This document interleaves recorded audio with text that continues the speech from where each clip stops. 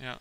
So I mean that was a case where like we were pretty far behind from fairly early on because of the dragon, because of the little threshold dragon that he got, and at exactly the right moment we hit one of our outs to stabilize, and from that point on we played to our outs, and we played in a conservative manner, and our opponent really didn't play to his outs, and it ended up costing him. So these are the small sort of like things that you end up doing that end up affecting the game and make it more than a random game that Right. adds a bit of skill to it. And again, like he's hitting the 2-drop on the play, which means that he's going to max out on 7, just like he did last game, and like he had to waste a couple drops, kind of dirtling around.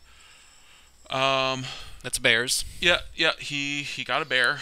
We're gonna go ahead and see if we can match his bear with a bear of our own. No, we're gonna go for better bear.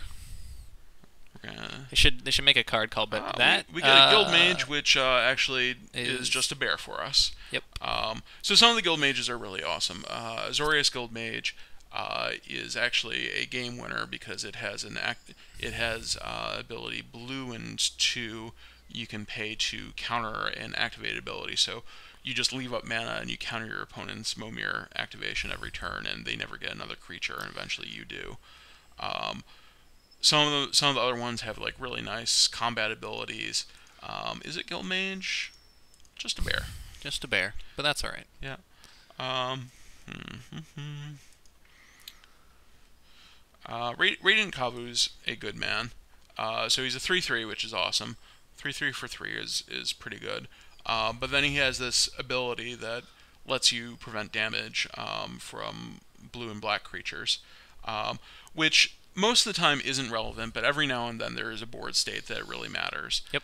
So we're going to want to make sure that we get a green mana into play, get a forest into play, and that we have that option on the table Okay. for later. And we notice he skips his 4-drop here, Yeah.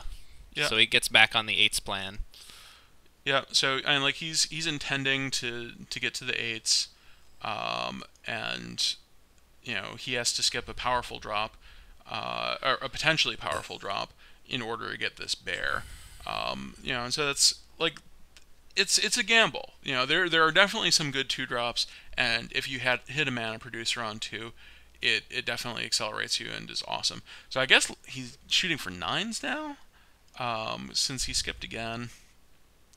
We can't really punish him for it. Like we could play a swamp and get in with all of our guys and trade one for the beetle. I'd probably have to pay. That doesn't sound very good at all. No, let's Let's just go ahead. keep going for 5s. Yeah. Keep marching on up the chain. So we definitely don't have as clear a game plan as we did last game. So this guy's Um, pretty good. Yeah. So Elven Riders is basically like flying on offense. Sometimes your opponent has a wall, but like Yeah, it's a very solid evasion Yep. guy. 3/3 can only block by walls and creatures with flying. Yep. So our plan now is beat him down with Elven Riders and make sure that he can't beat us down in reverse. Brondotherium is going to mess with that plan. So it has provoke, it has trample, so he's probably going to attack us and kill the Elven Riders on our turn. We And we're still going to get in with the Elven Riders. Yep, we'll get in once. And That's a 5. oops, we're lagging a little bit, and it was unclear how much mana we had tapped. Okay, so 6 mana. Come on, big dragon. That's a good guy. So we'll talk about Nactal War Pride in just a sec as soon as we get our attack in with the Elven Riders. But it's one of these kind of lure-like creatures that will end you the game, or end the game for you, if you get a big enough board. Right. Unfortunately, he's probably just going to kill it with the Brontotherium, and this is going to be moot. But so Nactal War Pride, when you attack with it, you get a 3/3 for each. You get a copy of it. For each creature they have. your opponent and has. they have to block all of those copies. Yeah, well, so Or no? Each Nactal Warpride has to be blocked by at least one creature. So they can block the copy, and they can block the original and like all but one of the copies. I see. Thraxamundar is not great for us. So this is a haste guy that when he attacks, you have to sacrifice a creature. We're Gonna get rid of the... and we'll We'll sacrifice the the shade. Lockcord again, probably. This is pretty brutal for us. This is gonna be... So, some like, rough we beat. have to kill Thraxamundar immediately. It's gonna be interesting to see who he targets with the provoke. But like, I think we need to just trade off a lot of our board. And actually, so if he's, yeah. So he uses the Brontotherium to provoke the Nactal Warpride, which means that we actually can't kill Thrax because he's going to get bigger when we sacrifice a creature. Ooh. This is pretty rough. So we're going to sacrifice the Lock Corrigan. We're going to block the Brontotherium with the Nactal Warpride. Kill the Warpride. Take 9. And then, like, next turn, we'll have our 7-drop the Elven Riders and the Radiant Kavu to trade with Thrax, and is it Guildmage to... Oh. And, like, he's basically, like, wrathing us. The one good thing about this is, like, he's not going to have a ton of board presence after he's done doing that. Like, he's going to have his 7-drop, and we're not going to have our 7-drop, and that's unfortunate. And, like, we're losing the sweet Warpride.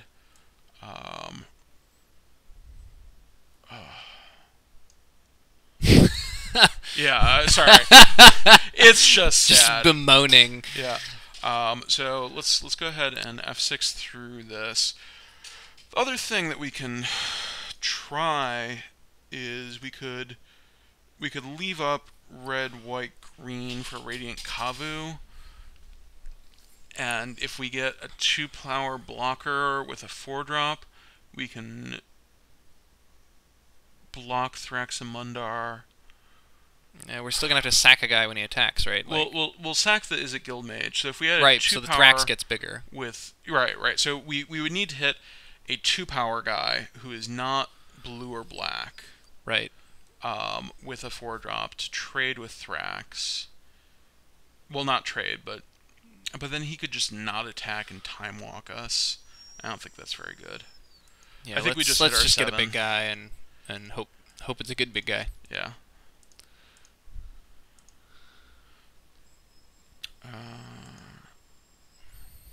That guy's fine. Blue, black, green, trample, 6/4. Yeah. And actually, so we can get in with Elven Riders now. I don't think that's too greedy. Right. Like, if he gets something to kill one of our guys on his 8-drop, then that sucks for us. But we're probably... We're pretty behind at that yeah, point anyway, like, so... He would have been able to kill that and wreck us anyways. Yeah, so Fungal Shambler, 6/4 trample. If it deals combat damage to an opponent, they discard a card and you get to draw a card. Let's see, He's kind of neat. What did he get? Our 6/6. opponent got a 6/6. That's fine. Yeah. I was hoping he'd hit Akron Legionnaire and then only be able to attack with creatures named Akron Legionnaire, That'd be nice. not creatures named So he doesn't even Thraxamundar. attack with Thraxamundar, which doesn't seem right. Like, he gets to kill 3 of our guys with Thrax. Anyways, so we're gonna hit our 8. We're gonna keep poking away at him with this Elven Riders. Hopefully, we get an 8 that can profitably block his 1,000-legged combat. Oh! Ooh, that's a good one. That's a spicy one. Avatar of Woe is a 6/5, and you can tap it to destroy target creature, right? It's non-conditional. Yeah. And it has fear.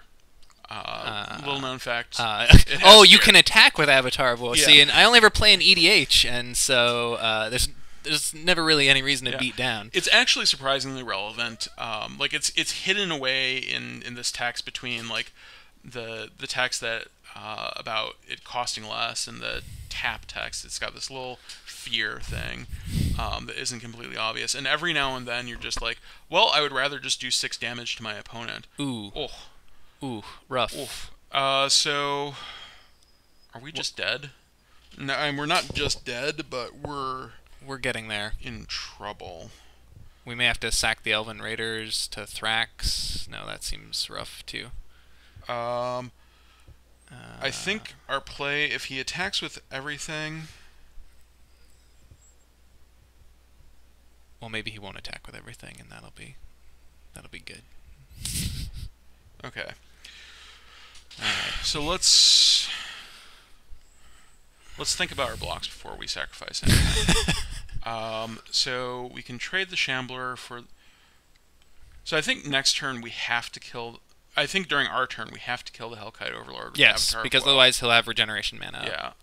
So we Avatar of Woe is gonna be blocking the Iron Shell Beetle. Yep. Um, we want to kill Thrax. I think we want to trade Guildmage and Shambler for Thrax, chump the Thousand Leg Kami, block the Iron Shell Beetle with Avatar of Woe. Mm-hmm. So we have to sacrifice Elven Riders. Yep. Bye, guys.